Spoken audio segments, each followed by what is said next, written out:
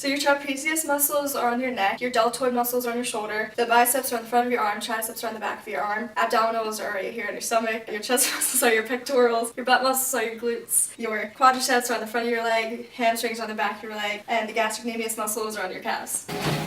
Running works a lot of muscles in the body. For example, it works the quadriceps, which is the front part of the legs, when your lower legs move from a bent position to a straight position. It works your hamstrings, which are the back part of your legs, when your foot leaves the ground and your leg starts moving forward for the next foot stride. It works your calves when your toes point downward during your run. It works your glutes when your thighs move from a position parallel to the ground to a position behind your body. The hip flexors are worked when your thighs move towards your stomach. The abs are worked when they contract to give support and to balance your body. The tibialis anterior are muscles on the front of your shin, and they're worked when your toes point up instead of down. And then the peroneals run down the sides of the shins, and they get worked when your heels are elevated.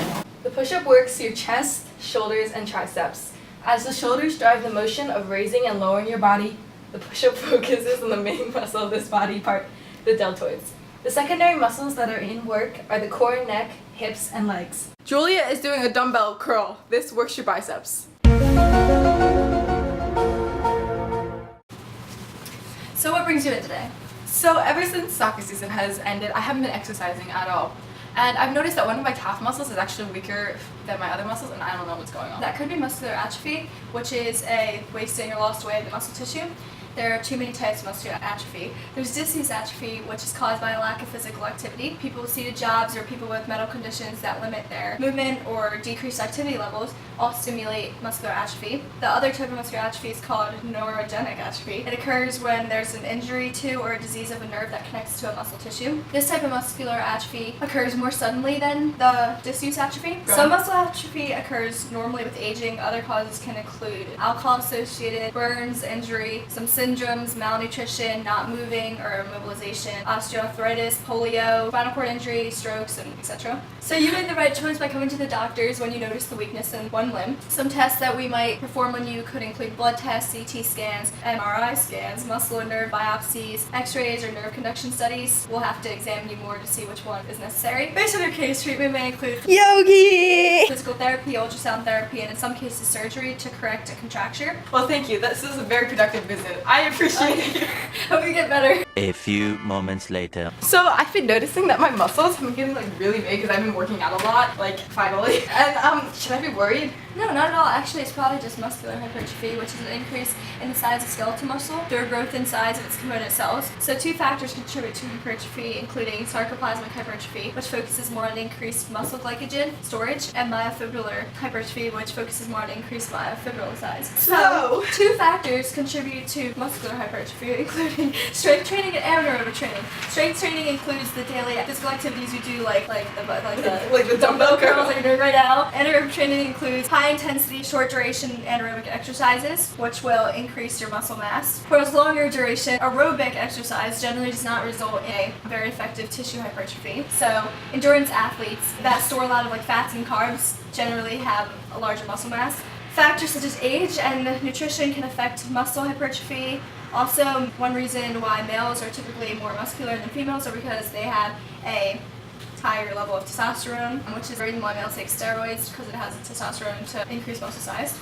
Microtrauma, which is a tiny damage to the fibers, can play a significant role in muscle growth. When it occurs, the body responds by overcompensating or replacing the damaged tissue and adding more so that the risk of another damage is reduced. When your body continually replaces the muscle mass, it results in an increased muscle size. So muscular dystrophy is a group of diseases that causes progressive weakness and loss of muscle mass. In this disease, abnormal genes, which are mutations, interfere with the production of proteins that are needed to form healthy muscle. There are many different kinds of muscular dystrophy. Symptoms of the most common variety begin in childhood and primarily in boys. Other types don't surface until adulthood. Some people who have muscular dystrophy will eventually lose the ability to walk. Some may have trouble breathing or swallowing. There is no cure currently for muscular dystrophy, but medications and therapy can help manage symptoms and slow the course of the disease. So the common causes of muscular dystrophy is that certain genes are involved in making proteins that protect muscle fibers from damage. Muscular dystrophy occurs when one of these genes is defective. Each form of muscular dystrophy is caused by a genetic mutation particular to that type of disease. Many of these mutations are inherited, but some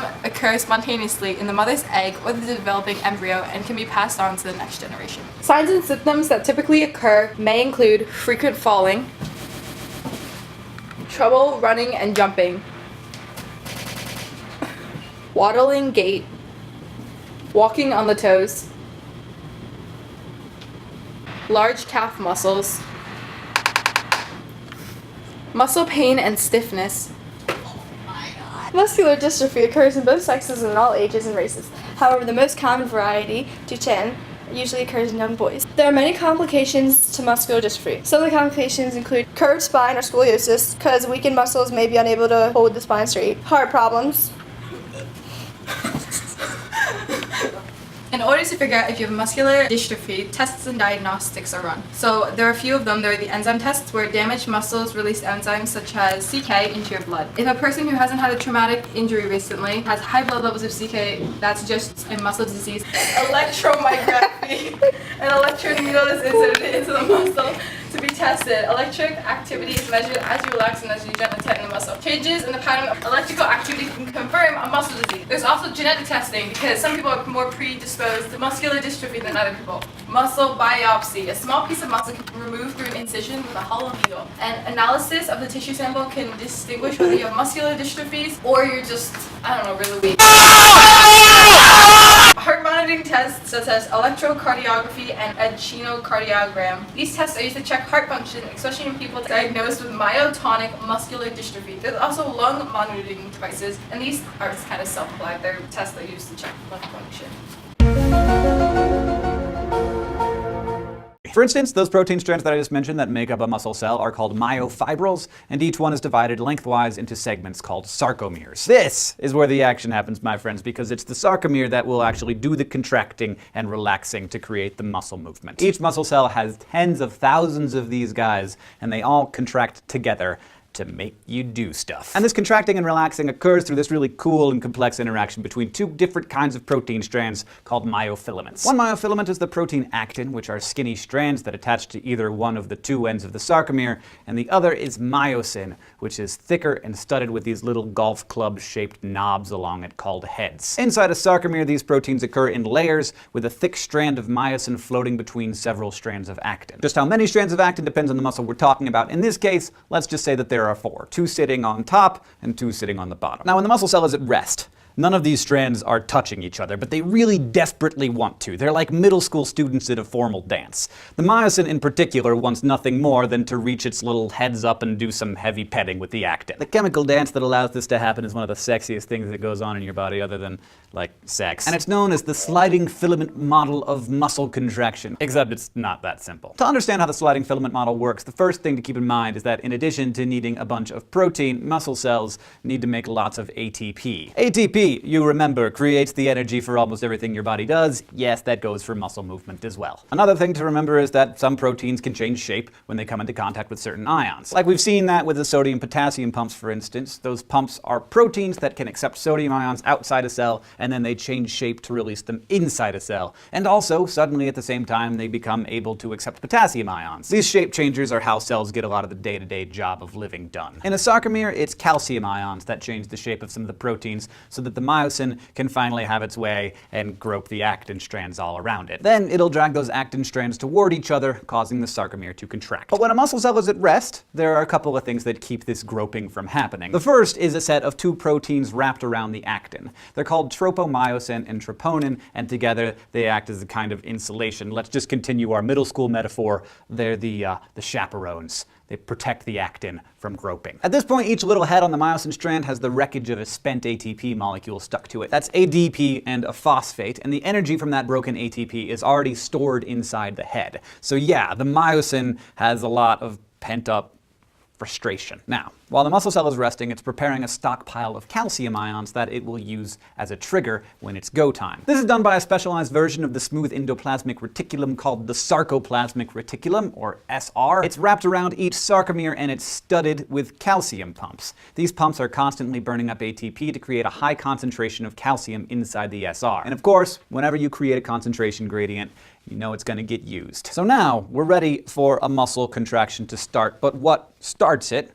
Well, stimulus, of course, from a neuron. Muscles are activated by motor neurons, and each sarcomere has a motor neuron nearby. When a signal travels down the neuron to the neuron synapse with the muscle cell, it triggers the release of neurotransmitters, which in turn set off another action potential inside the muscle cell. That action potential continues along the muscle cell's membrane and then flows inside it along special folds in the membrane called T-tubules. When that signal reaches the SR inside the cell, bingo, the SR's channels open wide and let all those calcium ions diffuse down that concentration gradient. The calcium ions bind with one of the chaperones, the troponin, which causes the troponin to rotate around the actin and drag the tropomyosin out of the way, revealing all of those super hot binding sites on the actin. With our chaperones distracted, the myosin, it totally goes to town. It reaches all of those little tiny heads along its length to bind up with the actin, and the excitement of that long-awaited precious contact finally releases the energy that came from breaking that ATP molecule. This burst of energy causes the heads to suddenly bend toward the center of the sarcomere,